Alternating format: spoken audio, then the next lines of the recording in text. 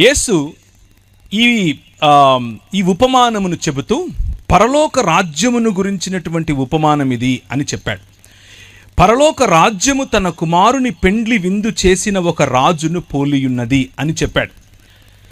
దేవుని రాజ్యమును ప్రకటించటానికే ప్రభు అయిన యేసుక్రీస్తు ఈ లోకానికి వచ్చాడు. మనం ఏ విధంగా ఈ ప్రపంచాన్ని విడిచి ఇంకొక లోకానికి వెళ్ళిపోవాలి అన్న ఫార్ములా ఇవ్వటం కోసం వచ్చాడు అని చెప్పటం మతం మాత్రమే.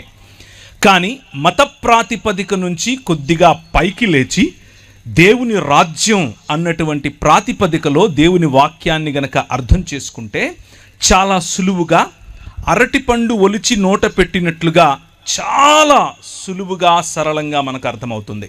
దేవుని వాక్యాన్ని దానికి ఉన్నటువంటి సందర్భం, దానికి ఉన్నటువంటి ప్రాధాన్యత, ఏ విషయములను వాక్యం ఎన్నుకొని చెప్పదలుచుకుందో ఆ విషయములను అధ్యయనం చేయటం ద్వారా మనం దేవుని హృదయానికి దగ్గరగా, ఆయన చెప్పాలనుకున్నటువంటి సందేశాన్ని దగ్గరగా అర్థం చేసుకునేందుకు అవకాశం ఉంటుంది. అలా కాకుండా 2000 సంవత్సరాల క్రితం చెప్పబడినటువంటి మాటలకు 2000 సంవత్సరాల తర్వాత మన మనసులో వచ్చే ప్రశ్నలను వాటిపై కృమ్మరించి దాని నుంచి ఏదో సంపాదించాలి అని ప్రయత్నం చేయటం వల్ల మతం కడతాం. అదే ప్రపంచ క్రైస్తవ సముదాయంలో అనేక శాఖలుగా భిన్న భిన్న సమయాల్లో భిన్న భిన్న శాఖలుగా విడిపోయినటువంటి క్రైస్తవానికి ఉన్నటువంటి ఒక ఐడెంటిటీ. కనుక ఈరోజు సాయంకాలం మనం మనం నేర్చుకున్నదంతటినీ కూడా కొద్దిగా అలా పక్కన పెట్టి ఫ్రెష్గా, తాజాగా దేవుని వాక్యాన్ని ఉన్నదున్నట్లుగా ఆయన చెప్పినట్లుగా అర్థం చేసుకునే ప్రయత్నం చేద్దాం. ప్రభువు లేకపోతే దేవుడు ఒక విందును చేయాలి అని ఆశపడ్డాడు. దేవుడు తన ఇంటిని, తన భవనాన్ని భూమి ఆకాశములుగా నిర్మించాడు. ఆ భవనంలో ఒక క్రమాన్ని ఏర్పరచాడు. ఆ క్రమము ఉదయముకు ఒక వెలుగు, రాత్రికి ఒక వెలుగు రూపంలో, ఎక్కడ నీళ్లు ఆగాలో ఆ నీళ్ల యొక్క లేకపోతే మంచిగా పచ్చిక పండటానికి కావలసిన వనరుల రూపంలో, చెట్ల రూపంలో, పశు పక్షులకందరికీ కూడా కావలసిన నీడ మరియు పళ్ళ రూపంలో చక్కటి ఒక గార్డెన్, ఒక తోటను క్రమంగా వేశాడు. క్రమంగా వేసినటువంటి ఆ తోటలో మనిషిని, అనగా నిన్ను నన్ను, మనుష్యులను అందులో ఉంచి ఆ 3 పదాలు లేకపోతే 3 రకాలుగా వారికి ఒక మాట చెప్పాడు. వారిని తన ప్రతినిధులుగా, తన ప్రతిబింబంగా, అలాగే తన ప్రతిమగా, 3 పదాలు వాడుతున్నాను. ప్రతిబింబము, ప్రతినిధి మరియు ప్రతిమ. ఆయన నిర్మించినటువంటి ఆయన ఆలయంలో, అనగా భూమి ఆకాశములు అనేటటువంటి ఆలయంలో మనిషిని ఆయన ప్రాణ ప్రతిష్ఠ చేసి తన ప్రతినిధిగా ఉంచాడు. ప్రాణ ప్రతిష్ఠ చేసి ప్రతిబింబంగా ఉంచాడు. ప్రాణ ప్రతిష్ఠ చేసి ప్రతిమగా ఉంచాడు. అలా ఉంచినటువంటి మనిషిని ఏమని చెప్పాడు అనంటే, నువ్వు నా స్వరూపము, నా పోలిక గనుక నేను నీకిచ్చే అధికారముతో ఈ ప్రపంచాన్ని, అనగా ఈ భూమిని ఫలించు, విస్తరించు, భూమిని నిండింపచేయి, అభివృద్ధి చెందు మరియు దానిపై ఏలుబడి చేయమన్నాడు, రాజ్యం చేయమన్నాడు.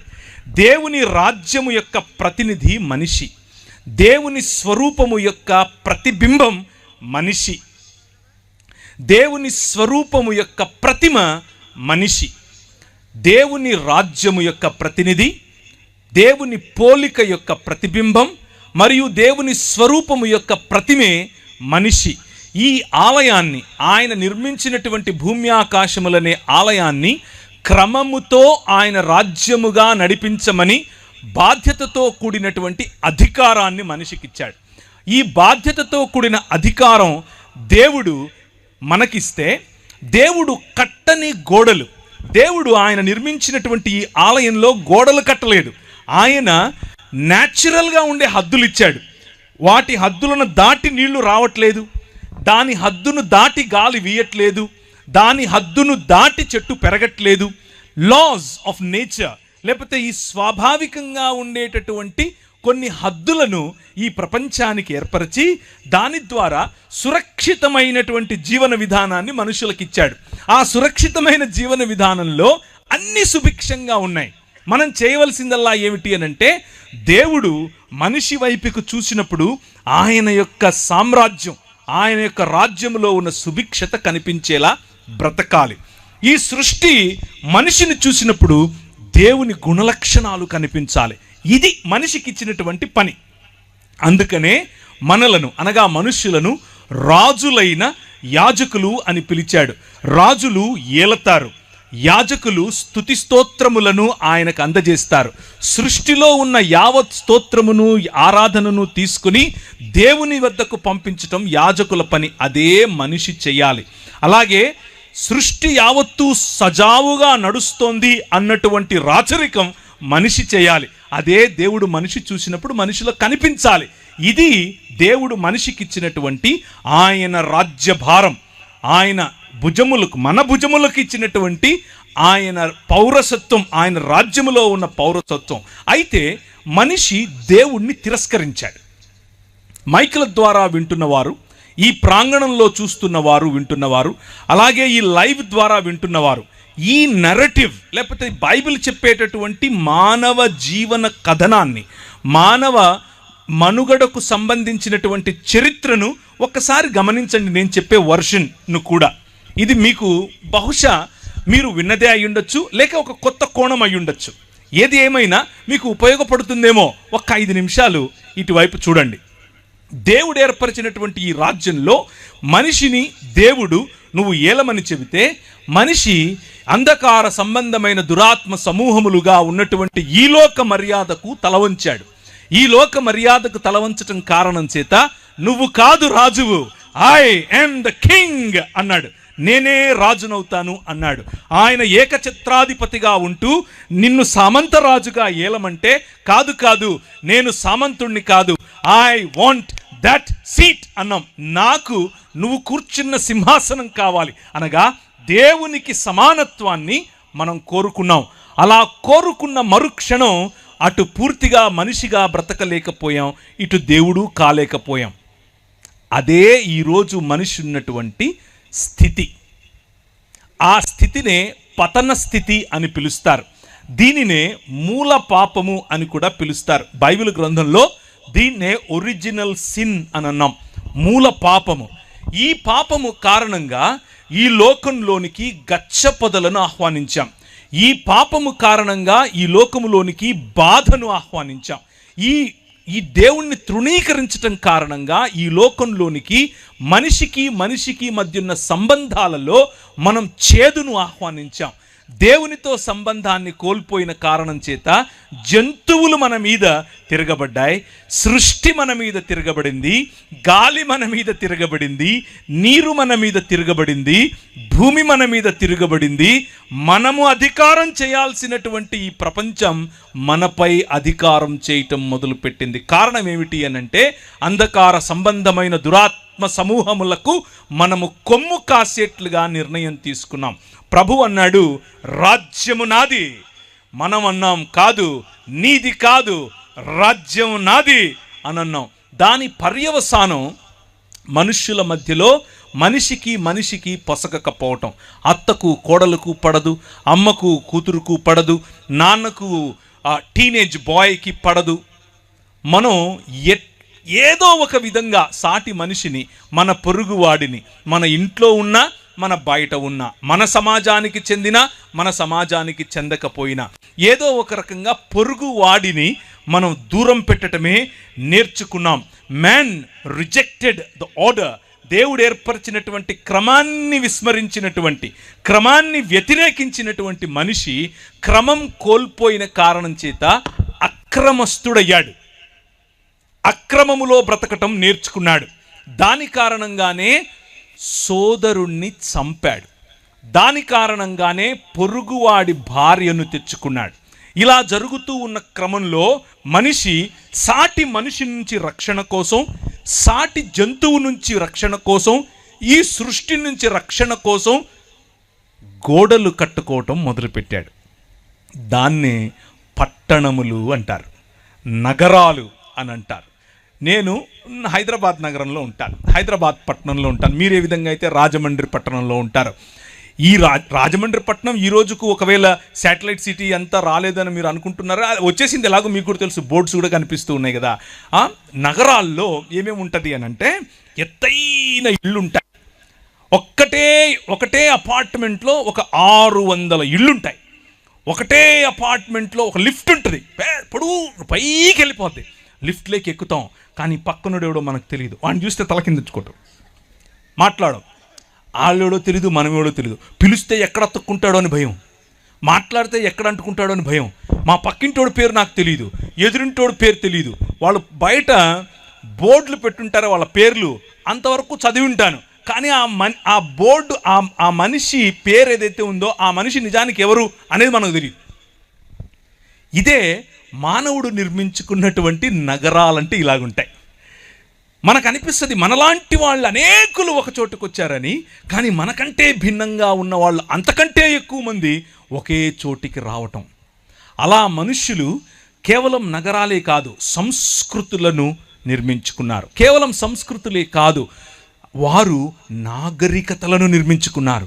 నాగరికతలను నిర్మించుకుని రండి మనం ఎక్కిపోదాం అనుకుని దేవుని కంటే దేవుడు చేసే పరిపాలన ఏంటి మేము చేయలేమా అన్నట్లుగా వాళ్ళు ఇమారత్తులు కట్టడం, మినారెట్లు కట్టడం మొదలెట్టారు. బబులోను అనే నగరం దానికే సాదృశ్యం. నిమ్రోదు సమయంలో కట్టిన బాబేలు గోపురం దానికే సాదృశ్యం. మనుష్యులొక్కటై దేవుణ్ణి ఛాలెంజ్ చేయటమే ఈ లోక మర్యాద. మనుష్యులొక్కటై దేవుని ఎదుట నిలబడి రండి వారి కట్లు విప్పుదుము అని భూరాజులు తమలో తాము మాట్లాడుకుంటున్నారు. చూసారా? 2వ అధ్యాయం కీర్తనల గ్రంథం, దాని సారం ఇదే. మనిషి దేవుని యొక్క సన్నిధిని తృణీకరించటం, దాని కారణం చేత మనిషి అలా మనిషిగా బ్రతకలేకపోవటం, దేవుడు ఎలాగూ కాలేకపోయాడు. ఇదే మనిషికి ఉన్నటువంటి సమస్య. దేవుణ్ణి తిరస్కరించటం కారణం చేత హీ సాట్ ఫర్ సేఫ్టీ. ఆయన సంరక్షణ కోసం వెదికాడు. ఆ సంరక్షణలో పొరుగువాణ్ణి కోల్పోయాడు. ఆ సంరక్షణలో బంధాలు కోల్పోయాడు. ఆ సంరక్షణలో నాది నాది నాది అనుకొని కొంతమందిని పోగేసుకుని ఒక కులంగా మారాడు. నాది నాది నాది అని పోగేసుకుని అందులో నుంచి ఒక ఉపకులంగా మారాడు. నాది నాది అని పోగేసుకుని మతాలు కట్టాడు. నాది నాది అని పోగేసుకుని మతాలు, కులాలు, ఉపకులాలు, అలాగే తెగలు, ఫలానా భాషకు చెందిన అంటూ అందరూ ఒక చోటికొచ్చి నగర నిర్మాణం అని అనుకుంటున్నారు. నిర్మాణం మంచిదే, దేవుని వాక్యం చెబుతుంది నిర్మాణం మంచిది, డెవలప్మెంట్ ఈజ్ గుడ్, వికాసం మంచిది. కానీ వీరు చేసిన నిర్మాణం ఎలాంటిది అనంటే ఒకసారి చూద్దాం. ఇర్మియా గ్రంథం 23వ అధ్యాయం 13-14 వచనాలు. ఇర్మియా గ్రంథం 23వ అధ్యాయం 13-14 వచనాలు. నిర్మాణములు మంచివే, కానీ నిర్మాణముల వెనుక దాక్కొని ఉన్నటువంటి అంధకార సంబంధమైన దురాత్మ సమూహముల యొక్క ఆలోచన విధానం, భావజాలం ఏమిటి అనేది చూడండి. షోమ్రోను ప్రవక్తలు అవివేక క్రియలు చేయగా చూచితిని. వారు బయలు పేరట ప్రవచనము చెప్పిన జనమైన ఇశ్రాయేలును త్రోవ తప్పించిరి. యెరూషలేము ప్రవక్తలు ఘోరమైన క్రియలు చేయగా నేను చూచితిని. వారు వ్యభిచారులు, అసత్యవర్తనులు, ఎవడునూ తన దుర్మార్గత నుండి మరలా దుర్మార్గుల చేతులను బలపరుస్తూ ఉన్నారు. వారందరూ నా దృష్టికి సొదొమ వలె అయిపోయారు, దాని నివాసులు గొమొర్రా వలె అయిపోయారు. కాబట్టి సైన్యములకు అధిపతియగు యెహోవా ఈ ప్రవక్తలను గూర్చి సెలవిచ్చున్నదేమనగా, యెరూషలేము ప్రవక్తల అపవిత్రత దేశమంతటా వ్యాపించెను. కాబట్టి తినుటకు మాచిపత్రియు, త్రాగుటకు చేదు నీళ్ళు వారికి నేను ఇస్తాను. ఈ నగరముల వెనుక, ఈ నిర్మాణముల వెనుక, ఈ సొదొమ వెనుక, ఈ గొమొర్రా వెనుక ప్రయాణం చేసే వారిని పరిపాలించే వారిని ఈ మార్గముల గుండా తీసుకుని వెళ్ళే భావజాలం ఒకటి ఉంది. ఆ భావజాలం ఏమిటి? యెహెజ్కేలు గ్రంథం 14వ అధ్యాయం 49-50 వచనాలు. నీ చెల్లెళ్ళైన సొదొమ చేసిన దోషమేదనగా, చాలామంది ఈ అబ్రహాము సమయంలో, అబ్రహాము ఒక సామాన్యమైనటువంటి ఊరు అనే పెద్ద పట్టణంలో ఉండేవాడు. ఊరు అనేది ఆ రోజుల్లో చిన్న ఊరు కాదు, ఒక పట్టణం. ఆ పట్టణం మెసొపొటేమియా ప్రాంతానికి కేంద్రం. మెసొపొటేమియా అనేది ఆ రోజుల్లో ఈరోజు అమెరికా ఎలాంటిదో అలాంటిది. ఆ రోజుల్లో ఊరు అనంటే ఈరోజు అమెరికాలో ఉన్న వాషింగ్టన్ లాంటిది, లేకపోతే న్యూయార్క్ లాంటిది, లేకపోతే లాస్ ఏంజలస్ లాంటిది. అలాంటి దేశంలో, అలాంటి పట్టణంలో ఉన్నటువంటి అబ్రహామును దేవుడు అన్నాడు, come out of it, I am the king అని పిలిచాడు. నువ్వు ఏదైతే చూస్తున్నావో ఈ మనుషులు నిర్మించుకున్నటువంటి ఈ నాగరికత అది కాదు. నేను నీ ద్వారా ఒక రాజ్యం కడతాను, నీ ద్వారా ఈ ప్రపంచాన్ని ఆశీర్వదిస్తాను, కమ్ అని పిలిస్తే ఆయన అన్నాడు సరే వచ్చేస్తానని చెప్పి మొత్తం ఆయన బయలుదేరి వచ్చేసాడు. ఆయన వచ్చేస్తూ ఉంటే ఆయనతో పాటు ఇంకొక ఆయన వచ్చాడు. ఆయన పేరేంటి? లోతు మరియు అబ్రహాము కలిసి ప్రయాణం చేస్తున్నారు. వారు దేవుని కొరకు, దేవుని పిలుపు మేరకు వారి సొంత స్వజాతిని విడిచారు, వారి సొంత ఇళ్లను విడిచారు, వారి సంస్కృతిని విడిచారు. దేవుడు వారి నగరాన్ని విడిచారు, వారి నిర్మాణాలను విడిచారు. ఇప్పుడు దేవుడు కట్టబోయేటటువంటి ఒక రాజ్యంలోనికి మేము ప్రవేశించబోతున్నాం. దేవుడు మా ద్వారా ఒక రాజ్య నిర్మాణం చేస్తాడట. కోల్పోయినటువంటి క్రమాన్ని ఈ ప్రపంచంలోనికి మళ్ళా తీసుకొస్తాడట అని వచ్చినటువంటి ఈ అబ్రహాము మరియు లోతుల మధ్య ఒక చిన్న, వారిద్దరి మధ్య కాకపోయినా వాళ్ళ మధ్యలో ఒక చిన్న దాన్ని ఏమంటారు, అసఖ్యత మొదలైంది. కారణం ఏమిటి? మనం ఆల్రెడీ చూసాం. మనిషి దేవుణ్ణి తృణీకరించాడు కాబట్టి మనిషి ఓర్వలేడు, మనిషి సహించలేడు, మనిషితో మనిషి కలిసి ఉండలేని పరిస్థితి. నాది అని కట్టుకునే భావజాలం ఒకటి ఉంది. ఆ భావజాలం లోతు మరియు ఆయన ప్రజలపైన పనిచేసింది. లోతుకు ఆయన సాదరంగా ఆహ్వానమిచ్చి నీకు ఏది కనిపిస్తే అది తీసుకున్నా అన్నాడు. ఆయనకు పచ్చటి పచ్చిక కనిపించింది, నాకు ఇది కావాలన్నాడు. తీసుకో, టేక్ ఇట్, తీసుకో అన్నాడు. ఆయన వెళ్ళిపోయి పచ్చటి పచ్చికలో ఉన్నాడు. ఈయనేమో పచ్చిక లేని చోట ఈయన ఉన్నాడు. ఈయన ఉన్న చోట ఆయన అనుకున్నాడు పచ్చదనంలో ఆశీర్వాదం ఉంది. ఈయన అనుకున్నాడు నేనెక్కడ కాలు పెడితే అక్కడ ఆశీర్వాదం, నేను దేన్ని పడితే అది ఆశీర్వాదం, ఎందుకంటే నా వెనుక ఆశీర్వాదం కాదు ఆశీర్వాదములను ఇచ్చేవాడు ఉన్నాడు అని నమ్మాడు. అందుకనే అబ్రహాము నీతిమంతుడని తీర్చబడ్డాడు. ఎందుకంటే అబ్రహాము విశ్వాసించాడు కాబట్టి విశ్వాసము ఆయనకు నీతిగా తీర్చబడింది. ఆయన చూస్తున్నాడు. అయితే అలా పచ్చిక కోసం వెళ్ళినటువంటి ఈ లోతు మరియు ఆయన కుటుంబము ఒక భయంకరమైనటువంటి స్థితిలో మారిపోయింది. ఆ భయంకరమైనటువంటి స్థితిలో ఇప్పుడు ఆ నగరం ఉంది. ఏ నగరంలోనికైతే ఈయన దాని హంగుభంగులను చూసి, దాని ఆకర్షణను చూసి, దాని ఎత్తైన గోడలను చూసి, దానికి ఉన్నటువంటి సంరక్షణ అనేటటువంటి ద్వారములను చూసి, గవినులను చూసి ఆకర్షితుడై, ఇక్కడ మనకు మూన్ లైట్ డిన్నర్ ఉంటుంది, ఇక్కడ మనకు దాన్ని ఏమంటారు కంట్రీ చికెన్ దొరుకుతుంది, ఇక్కడ మనకు ఆర్గానిక్ ఫుడ్ దొరుకుతుంది అని ఏ నగరం వైపుకైతే పరిగెట్టాడో ఆ నగరం ఇప్పుడు ఏమైందంటే ఆ నగరం ఈయనను చంపాలని చూస్తోంది. ఆ నగరం మొత్తాన్ని నాశనం చేయటానికి, ఆ నగరంలో పనిచేస్తున్నటువంటి భావజాలాన్ని రూపుమాపటానికి ప్రభువు దాని వైపుకు దానికి సమయం ఇచ్చాడు. ఇంకా మారు మనసు నిర్మాణం. కానీ ఏమా నిర్మాణం? సొదమ, నీ చెల్లెలైన సొదమ చేసిన దోషం. ఎందుకని ఆయన ఆ నగరాన్ని నిర్మూలన చేయాలనుకున్నాడు? వారి దోషం ఏమిటి అని అంటే దాని కుమార్తెలకు కలిగిన గర్వం, దాని కుమార్తెలకు కలిగిన గర్వం, ఆహార సమృద్ధి, నిర్విచారమైన సుఖస్థితి అనేదే 3 విషయాలు. చాలా సరళమైంది బైబిల్. మనం ఏదో దీన్ని ఓవర్ స్పిరిచువలైజ్ చేయాల్సిన అవసరం ఏమీ లేదు. మనిషికి ఎప్పుడైతే ధనం చేరుతుందో, గర్వం, దీన్నే సొయ్యం అని కూడా అంటారు, సొయ్యం పడుతుందో, బాగా కొవ్వు పడుతుందో, అప్పుడు ఆహార సమృద్ధిని చూసి నా దగ్గర చాలా ఆహారం ఉంది అని చెప్పి గర్వపడతాడు, నా దగ్గర సుఖస్థితి ఉంది అని గర్వపడతాడు. ఇవన్నీ కూడా నగరాల్లో కనిపిస్తాయి. ఆహార సమృద్ధి, ఎక్కడ చూసినా ఆహార సమృద్ధి. ఒకరోజు కరోనా వచ్చింది. కరోనా వస్తే ఒక ఆయన దాన్ని ఏమంటారు, మనకు వాట్సాప్లలో చాలామందికి ఇప్పుడు లాక్డౌన్ పెడుతున్నారంట, ఇక మీకు భోజనాలు ఉండవు, ముందే పోయి కొనుక్కోండి అంటే, నేను నా పిల్లలు నా పిల్లలు భోజనం చేయాలి అని చెప్పి కారు వేసుకుని బయలుదేరి వెళ్ళిపోయాను. దగ్గరలో ఒక సూపర్ మార్కెట్ ఉంది, కనిపించినట్టు కొనేస్తున్నాను. కార్డు గోకేసి ₹1,00,000 పైన కొన్నాను. అంతా కారంతా నింపుకున్నాను. ప్రభు నాతో మాట్లాడు, ఒరే ఆహార సమృద్ధిని నమ్ముకుంటావా అన్నాడు.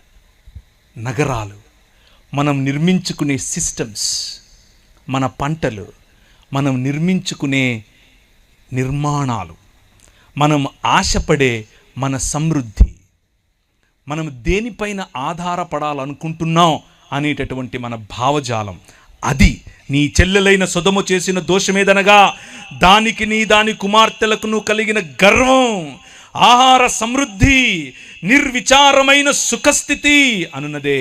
అది దీనులకును దరిద్రులకును సహాయము చేయకుండెను.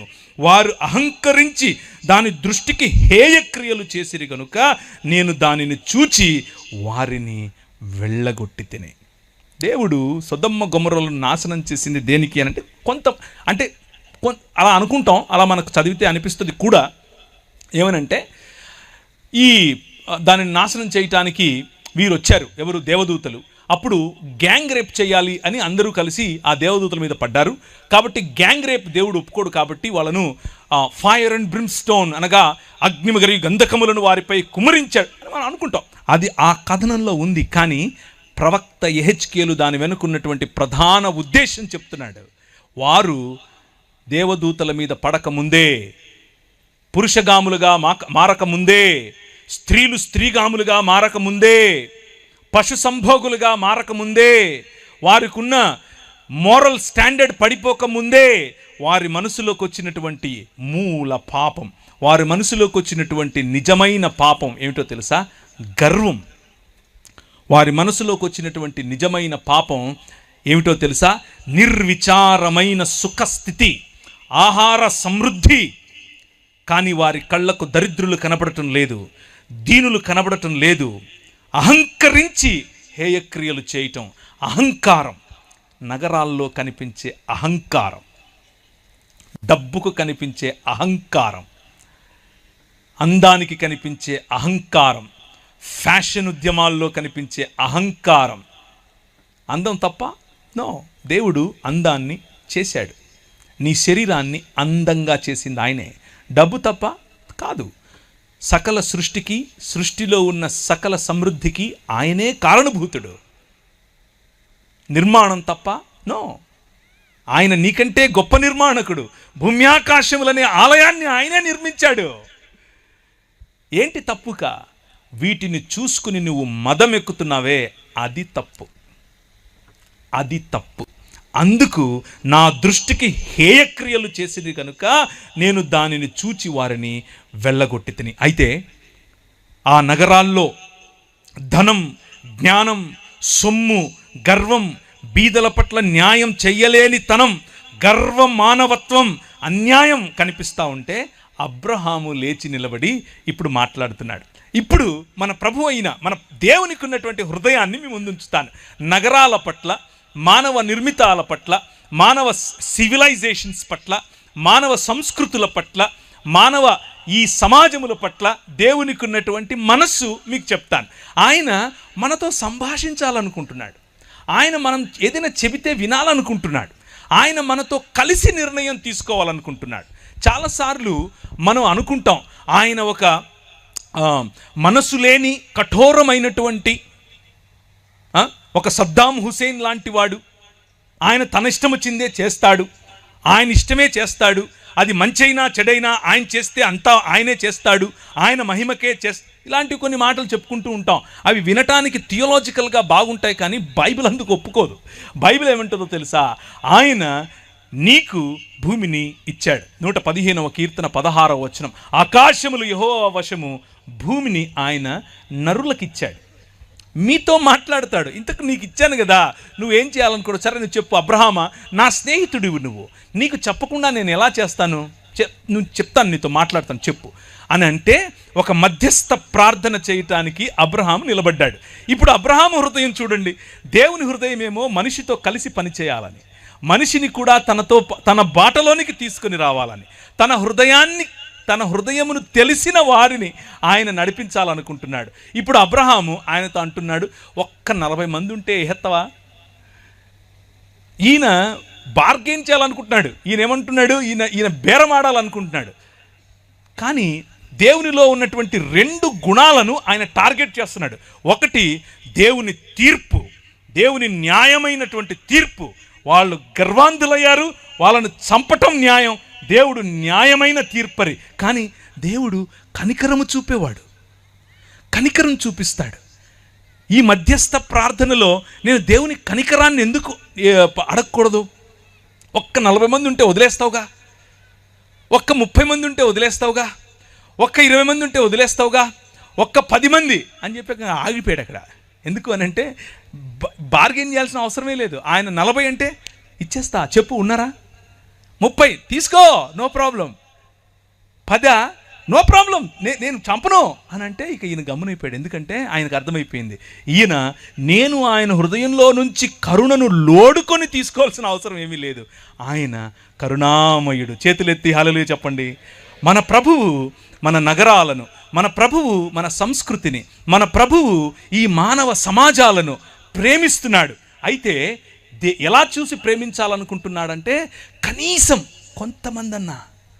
కొంతమంది చేసిన పాపం, కొంతమందికి వచ్చినటువంటి గర్వం, కొంతమందికి వచ్చినటువంటి అహం కారణంగా నగరాన్ని నాశనం చేయటం ఎంత సులువో, ఎంత నిజమో, ఎంత న్యాయమో, కొంతమందికి ఉన్నటువంటి తగ్గింపు, కొంతమందికి ఉన్నటువంటి నిజమైన మానవత, కొంతమందికి ఉన్నటువంటి కరుణ, కొంతమందికి ఉన్నటువంటి తన పొరుగు వారిని ప్రేమించే ఆలోచన ఉంటే ఆయన క్షమించటానికి, నీ నగరాన్ని క్షమించటానికి, నేనున్న నగరాన్ని క్షమించటానికి, ఆ ఛత్తీస్గఢ్ను క్షమించటానికి ఆయన సిద్ధమే. అందరం లేచి నిలబడదామా?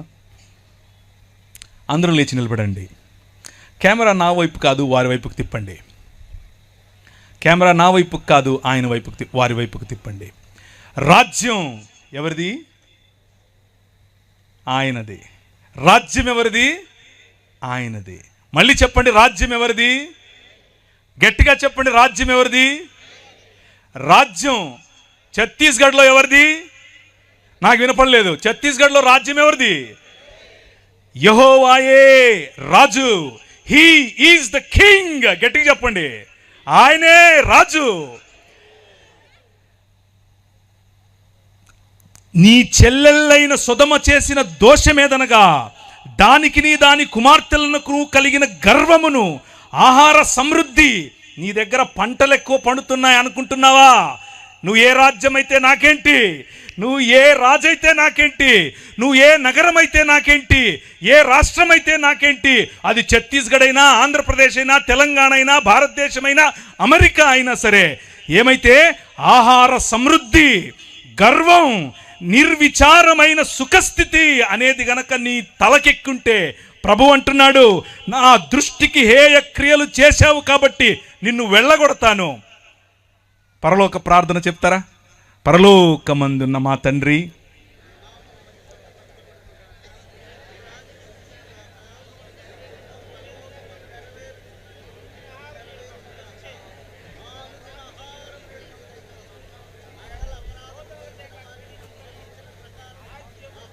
రాజ్యము, శక్తి, మహిమ నీదే. ఛత్తీస్గఢ్ ముఖ్యమంత్రిది కాదు. రాజ్యం, మహిమ, శక్తి ఎవరిది? నీదే. 1వ తారీఖట క్రైస్తవులనట అక్కడ ఊచకొత్త కోస్తారట. ఆకాశమందు సింహాసనాసీనుడైన వాడు వారిని చూసి నవ్వుతున్నాడు. స్మైల్. హల్లెలూయా. అర్థమవుతుందా? వారిని చూసి స్మైల్ కొడుతున్నాడు. ట్రై చేయండి. మణిపూర్లో చేశారుగా, ఏమైంది? రాజ్యం ఎవరిది? మళ్ళీ చెప్పండి, రాజ్యం ఎవరిది? దయచేసి కూర్చోండి. ఇదే మధ్యస్థ ప్రార్థన ఆ రోజు అబ్రహాము చేశాడు. రాజ్యం నీది, ఆ నగరం నీది, ఆ నగరంపై రాజు నువ్వు. ఆ నగరంలో ఉన్న వాళ్ళని ఎలా చంపేస్తావు? చంపవు. వారి పట్ల మంచి హృదయం నీకుంటుంది. ప్రభువు వారితో మాట్లాడి నగరాల పట్ల నగరాల పట్ల మనం చేయాల్సిన మధ్యస్థను మనకు నేర్పిస్తూ వారిరువురు అక్కడి నుంచి వెళ్ళిపోయారు. ఈరోజు రాత్రి ఊరికే పడుకోవద్దు. ఈరోజు రాత్రి ఈ విషయం తెలిసిన నువ్వు ఛత్తీస్గఢ్లో 1వ తారీఖునట 1000 మంది క్రైస్తవులను చంపితే గనక చంపాలి అని పిలుపునిచ్చారు ఒక ధర్మగురువు. ధర్మప్రభువులు చంపడమే తెలుసు. ఈ రాజు, నీ రాజు, ఈ రాజుకు చంపటం కాదు, కమ్ రా అని మరణాన్ని ఆలింగనం చేసుకోవటం నేర్పించాడు. హల్లెలూయా. ఏం ఆలింగనం చేసుకోవటం నేర్పించాడు? మరణాన్ని ఆలింగనం చేసుకోవటం నేర్పించాడు. ఎందుకో తెలుసా? సొదొమ గొమొర్రా పట్టణాలకు భవిష్యత్తు లేదు, కానీ ఆ రాజ్యంలో అయినా ఈ రాష్ట్రంలో అయినా క్రైస్తవ సమాజానికి భవిష్యత్తు ఉంది. ఏంటా భవిష్యత్తు? పునరుత్థానం. హల్లెలూయా. పునరుత్థానం కలిగి మనం లేవబోతున్నాం. పునరుత్థానం కలిగి మనం లేచినప్పుడు ఈ ప్రపంచం చూడబోతోంది ద కింగ్డమ్ ఆఫ్ గాడ్, దేవుని రాజ్యం. ఇది ప్రకటించటానికి మీ రాజు వచ్చాడు. మతం కడతాను అంటే ఎట్లా? మనం మతమూలం కాదు, రాజ్యం, దేవుని రాజ్యం, ద కింగ్డమ్ ఆఫ్ గాడ్. ఒక శ్లోకం చదువుతాను, వినండి.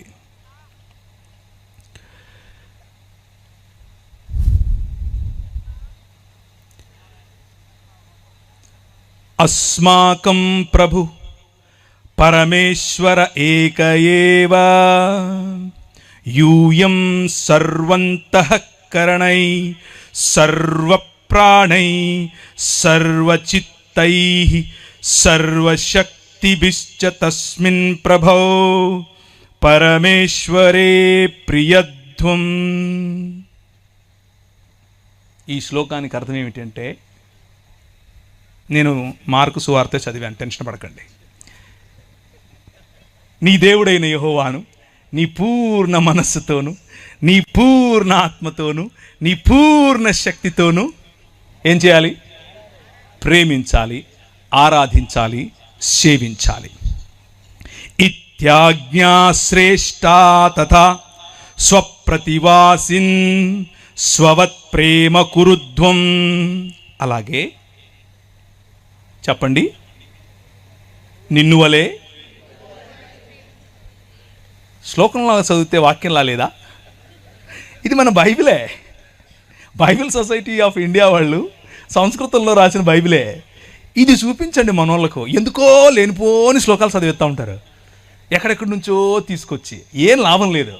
వాక్యం, వాక్యం, దేవుని వాక్యం ఏం చెప్తుంది అని అంటే, ఇదంతా కాదు.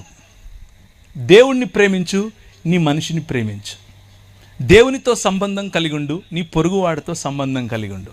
ఇంతే నేను చెప్తున్నది. నువ్వేదో మతం కట్టక్కర్లా, నువ్వు క్రైస్తవ మతం అస్సలు కట్టక్కర్లా. యోహాను చెరపట్టబడిన తరువాత యేసు ఈశుర్గాలీల్ ప్రదేశమాగత్య ఈశ్వర రాజ్యస్య సుసంవాదం ప్రచారయాన్. ఆయన యోహాను చెరపట్టబడినప్పుడు గలిలయ ప్రాంతములోనికి వచ్చి దేవుని రాజ్యమును ప్రకటించుచుండెను.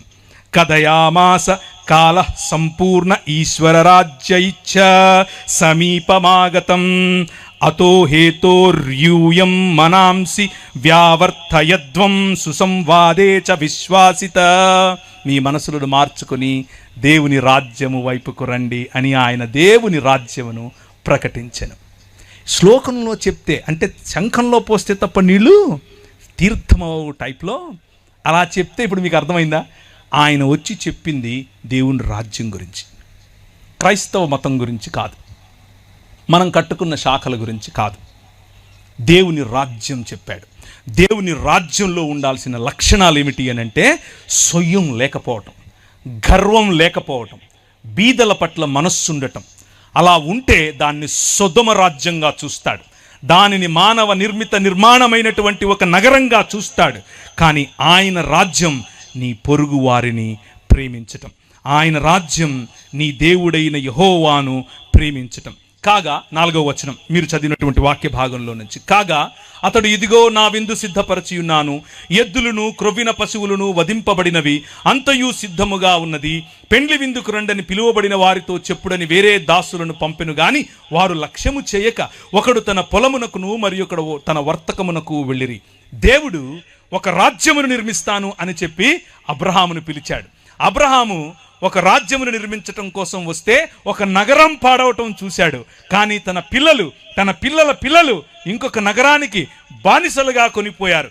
ఆ నగరం ప్రపంచాన్నేలేటటువంటి ఐగుప్తు దేశం యొక్క నగరం, ప్రపంచానికి ఇప్పుడు కేంద్ర బిందువు.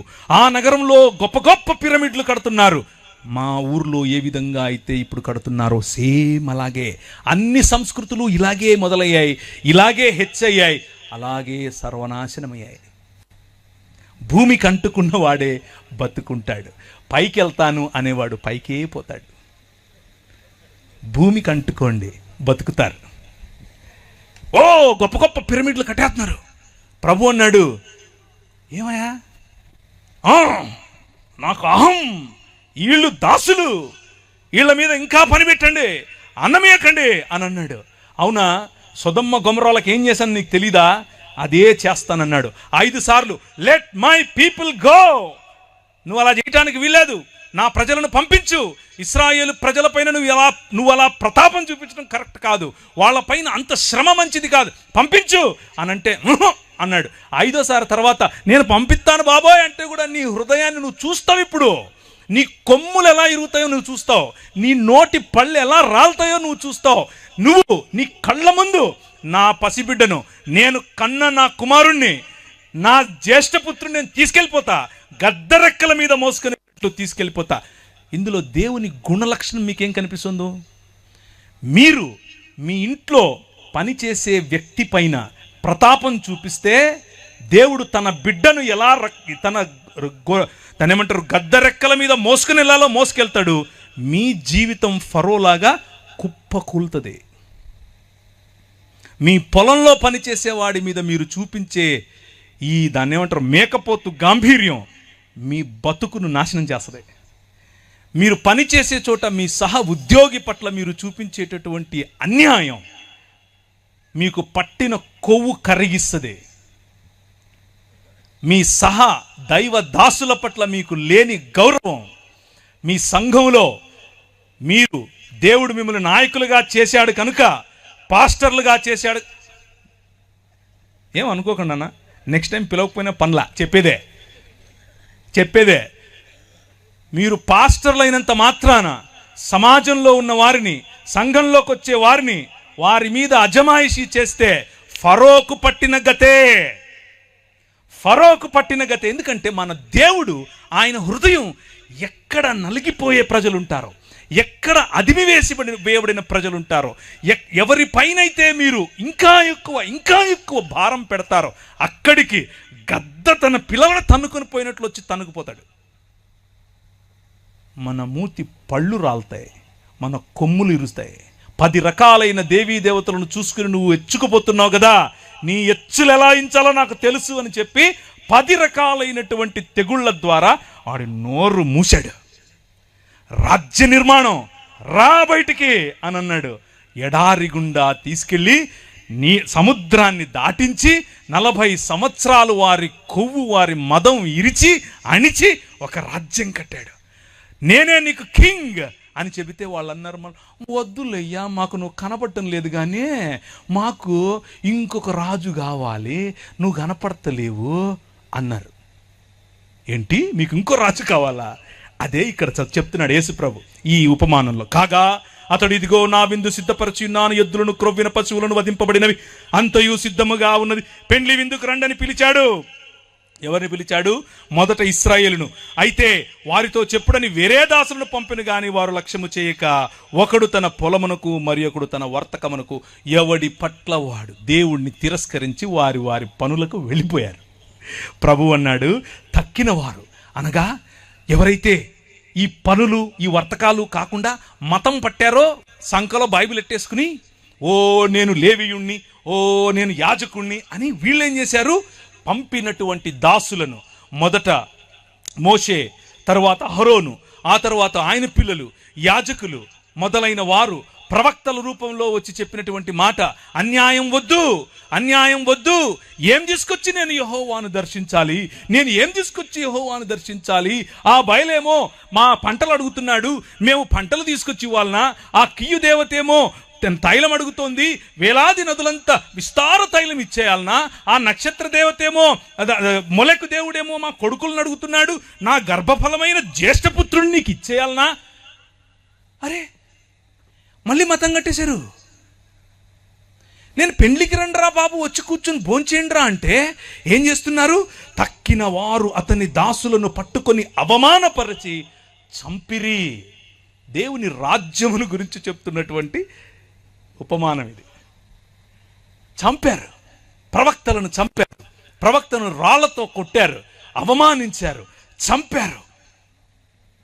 ప్రభు అన్నాడు, కాబట్టి రాజు కోపపడి తన దండ్లను పంపి ఆ నరహంతకులను సంహరించి వారి పట్టణము తగులపెట్టెను. మీకా నిలబడి చెప్పాడు, హోషేయ నిలబడి చెప్పాడు, యెషయా నిలబడి చెప్పాడు, ఆమోసు నిలబడి చెప్పాడు.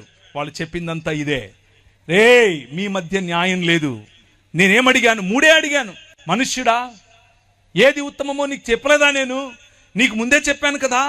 న్యాయమును జరిగించుటయు, కనికరమును ప్రేమించుటయు, చెప్పండి, దీన మనసు కలిగి యెహోవా ఎదుట ప్రవర్తించు. ఇంతే కదా. నువ్వు మనిషివి కాబాబు అంటున్నా నేను. అంతే, నువ్వు మనిషివి, మనిషి అవ్వు. ధనం చూపించి సొయ్యం చూపించుకో, నీ దగ్గరున్న ఆస్తి చూపించి ఎచ్చుకుపోకు, నీ దగ్గరున్న అందం, కులం, ధనం, సంపాదన వగైరా వగైరా వగైరా, నీ నిర్మాణం, మీ ఇల్లు, ఇవి చూపించి హెచ్చులకెళ్ళకు. మూడే అడుగుతున్నా.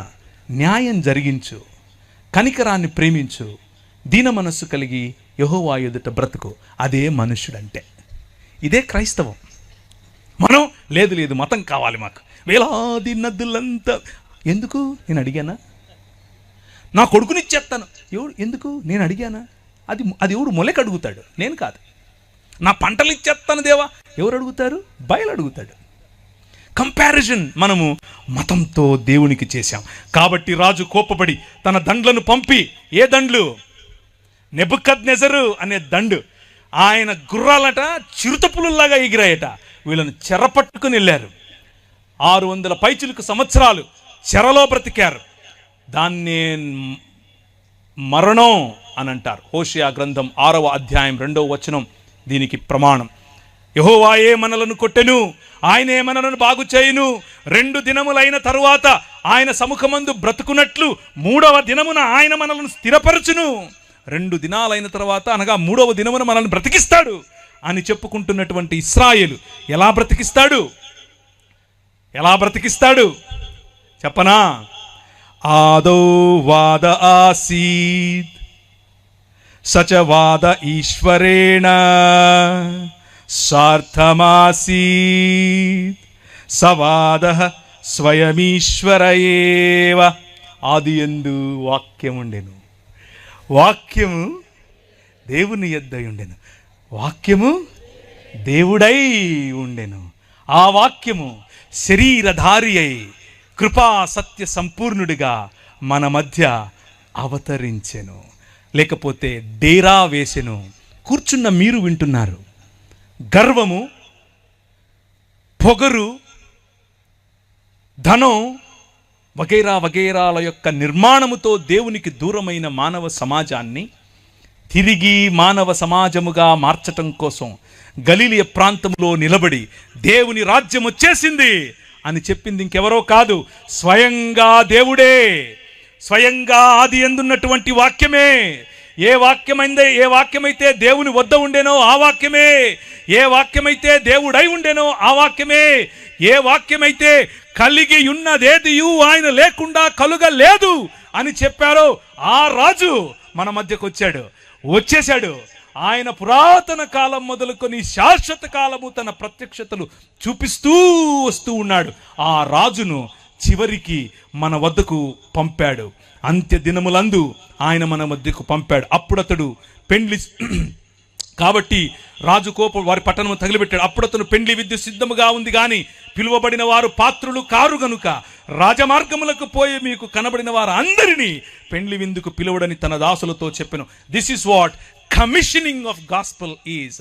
ఈ దేవుని రాజ్యం ఇప్పుడు ఇశ్రాయేలుకు మాత్రమే కాదు, అబ్రహాము యొక్క పిల్లలైన నా పైన విశ్వాసముంచు ప్రతి ఒక్కరిది పిలవండి అని అన్నారు.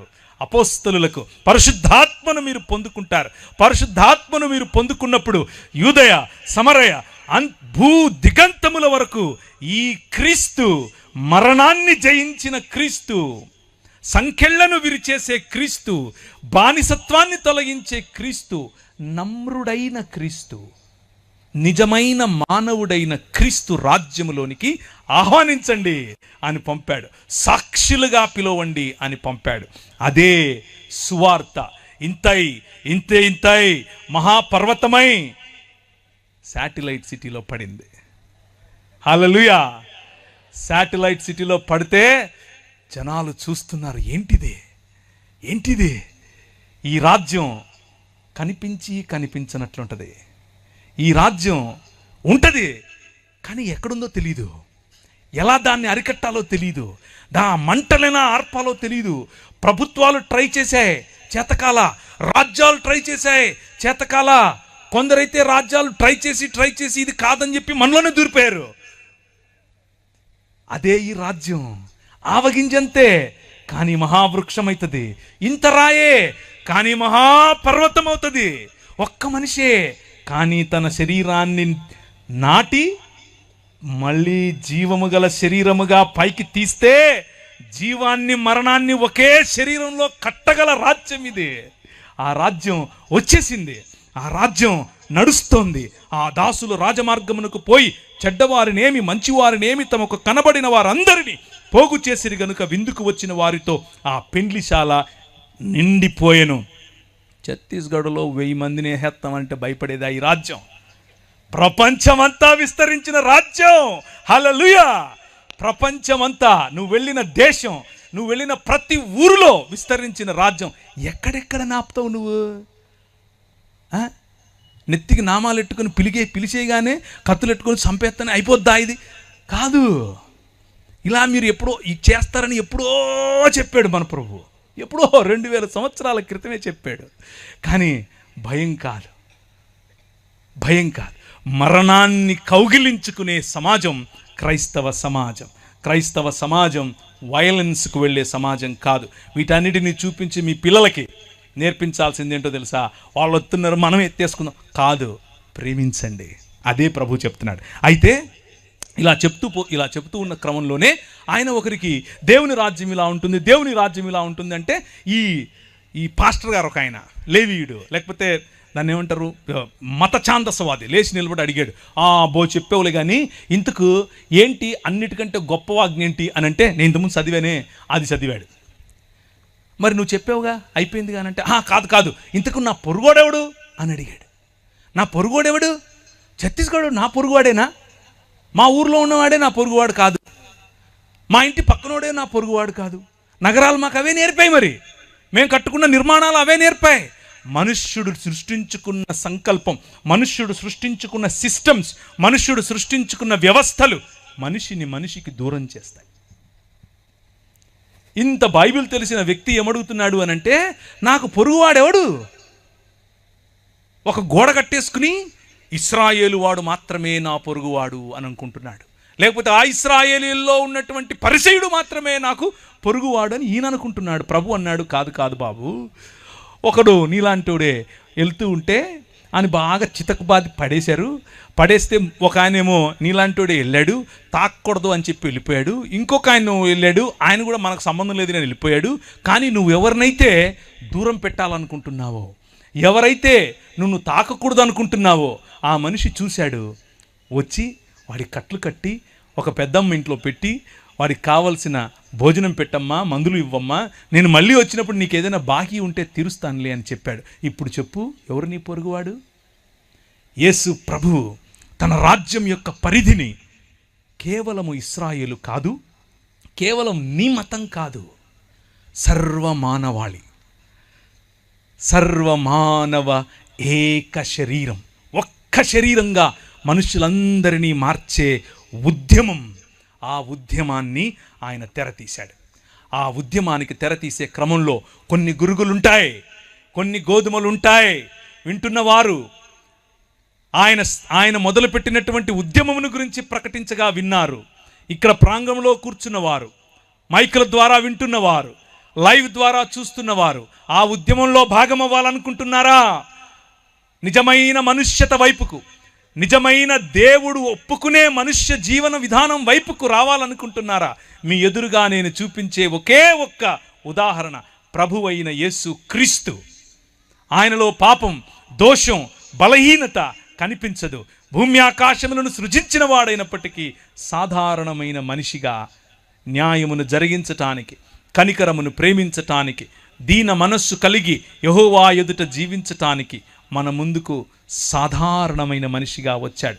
ఆయనే ఏమని చెప్తున్నాడు అనంటే, అందరినీ పిలవండి, అందరినీ, కనబడే వారందరినీ పెండ్లి విందుకు పిలవండి.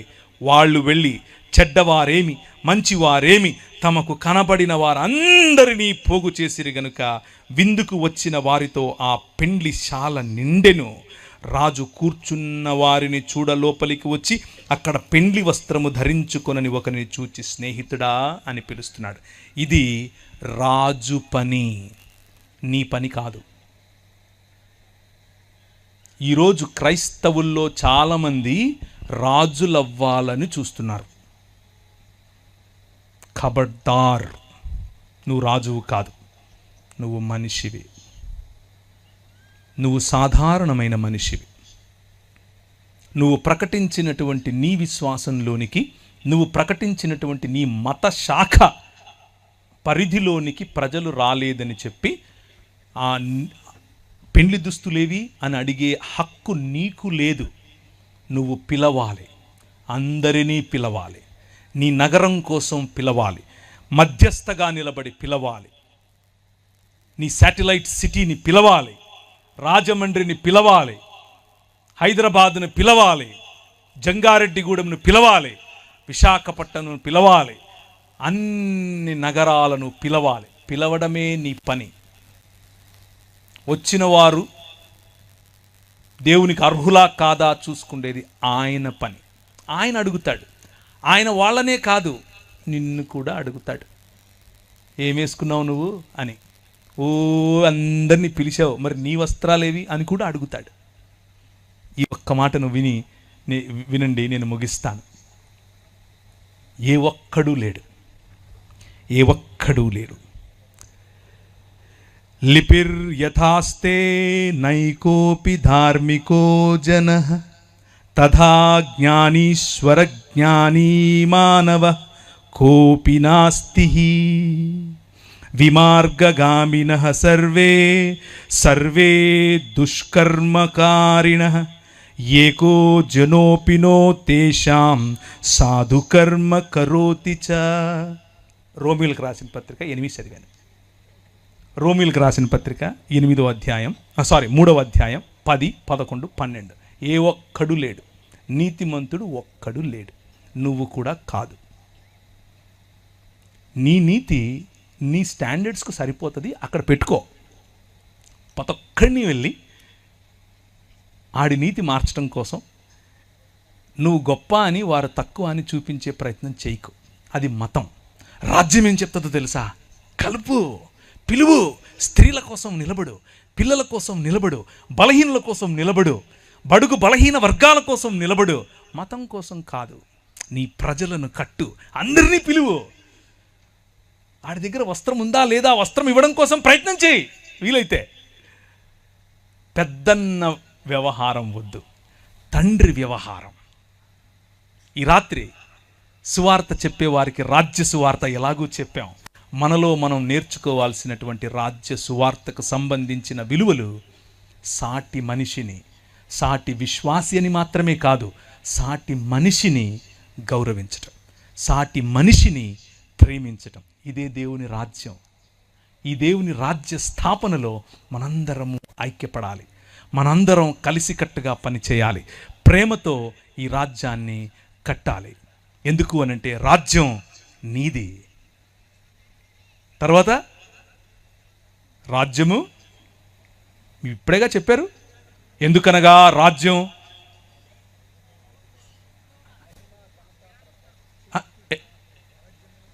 శక్తి.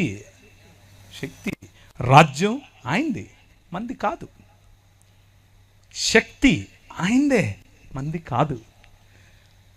మరియు మహిమ, the glory of his story is or it belongs to him. ఆయనది మహిమ. మధ్యలో మనం తుమ్మితే ఊడిపోయే ముక్కు.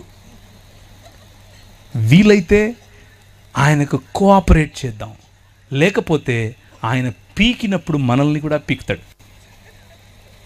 గురుగులతో పాటి, అంటే గోధుమలు అనుకుంటూ మనం ఉన్నాం కదా, మనల్ని కూడా పీకుతాడు.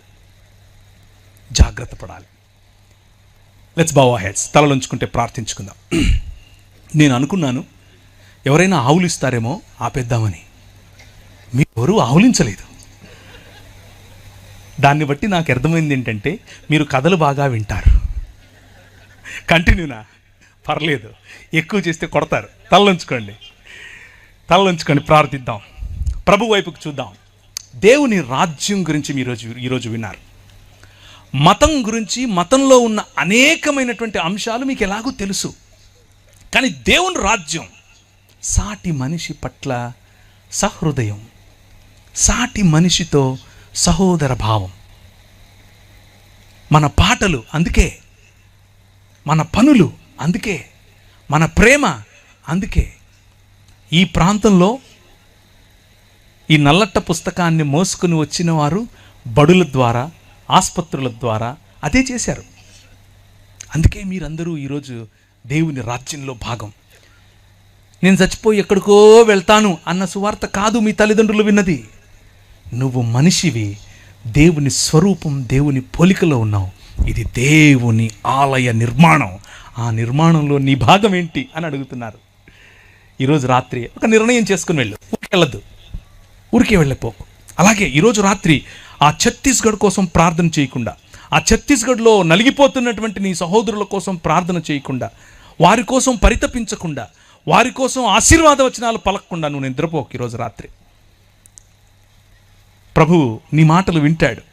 అబ్రహాము చేసిన మధ్యస్థ ప్రార్థన 40 మంది ఉంటే అలా జరుస్తావా ప్రభువా అని చేయలేవా? నువ్వు చెయ్యి. ఈరోజు రాత్రి ప్రభు వింటాడు. కృపగలిగిన తండ్రి, మా మధ్యలోనికి నీ వాక్యము ద్వారా మమ్మను ప్రోత్సహించి, మమ్మను బలపరిచి, మాకు కావలసినటువంటి పోషణనిచ్చి, ప్రభువా ఈ రాత్రి ఏ ఒక్కరిని ఖాళీ చేతులతో పంపక, ఖాళీ హృదయంతో పంపక, నీ మనస్సు నెరిగిన, నీ రాజ్యమును అనుభవించే నగరములు కాదు, మా మానవ నిర్మిత నగరములు కాదు, ఒకరోజు నువ్వు నిర్మిస్తున్నటువంటి నగరం, పరిశుద్ధ పట్టణం, మేమెక్కడికో వెళ్ళేది కాదు, దిగి రాబోయే పరిశుద్ధ పట్టణం, ఆ నూతన యెరూషలేము కొరకు వేచి చూడటానికి మా ప్రయాణమని గమనించి, ఆ పరిశుద్ధ పట్టణములోనికి ప్రవేశించటానికి మమ్మును మేము, ఆ విందులోనికి పాల్గొనటానికి మమ్మును మేము సిద్ధపరచుకొనున్నట్లు, మా వస్త్రములను మేము శుభ్రపరచుకున్నట్లు సహాయం చేయమని ముందున్న కార్యక్రమమును మీ చేతులకు అప్పచెప్పుకుంటూ చిన్న ప్రార్థన యేసు నామమున అడిగి వేడుకుంటున్నాను తండ్రి. ఆమేన్.